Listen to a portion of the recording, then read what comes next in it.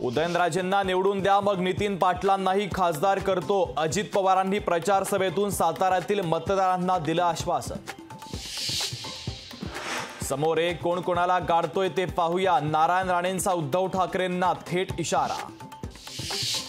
महायुतीच्या रॅलीमधील मारामारीवरून जुंपली. गुंडांना तुरुंगातून सोडून त्यांचा वापर राजकारणासाठी केला जातोय. राऊतांची टीका. तर राऊत नावाचा गुंड लवकरच जेलमध्ये जाणार.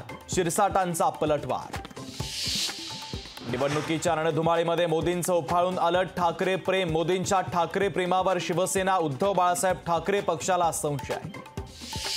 असली नकली जनता मतपेटीतून ठरवेल. खरी शिवसेना मोदींसोबत. उद्धव ठाकरेंच्या विधानावर श्रीकांत शिंदेंचा पलटवार. फडणवीसांनी दिलेल्या आश्वासनांवर विश्वास नाही. कावळ्याला चुना लावून बगळा केलं. उत्तम जानकरांची अजितदादांवर टीका. पुढचे मुख्यमंत्री एकनाथ शिंदेच असतील. धाराशिवमध्ये तानाजी सावंतांचा मोठा दावा. तर सावंतांच्या दाव्यामुळे महायुतीमध्ये वादाची ठिणगी पडण्याची शक्यता. नारायण राणेंसाठी राज ठाकरे मैदानात. नारायण राणेंच्या प्रचारासाठी कणकवलीत घेणार प्रचार सभा. शशिकांत शिंदेंना खासदार केलं तर तुमचे खिसे लुटले जातील. तुमच्या घरातील कपाट वेल्डिंग करून ठेवावे लागतील.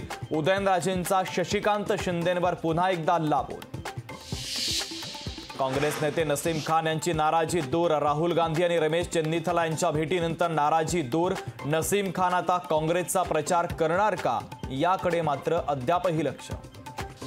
कांद्यावरील निर्यात बंदी. केंद्र सरकारने हटवली. 40% निर्यात शुल्क लावून कांदा निर्यातीला परवानगी. 40% निर्यात शुल्कामुळे शेतकऱ्यांमध्ये संताप. वंचितच्या उत्कर्ष रुपवते यांनी घेतलं खांडेश्वराचं दर्शन. पदाधिकारी आणि मतदारांच्या उपस्थितीमध्ये नारळ वाढवत केला प्रचाराचा शुभारंभ.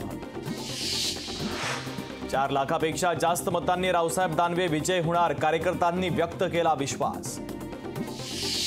वंचित बहुजन आघाडीचे धुळ्याचे उमेदवार अब्दुल रहमान यांचा अर्ज बाद. अर्जात कोणत्याही त्रुटी नसताना अर्ज बाद केल्याचा रहमान यांचा आरोप.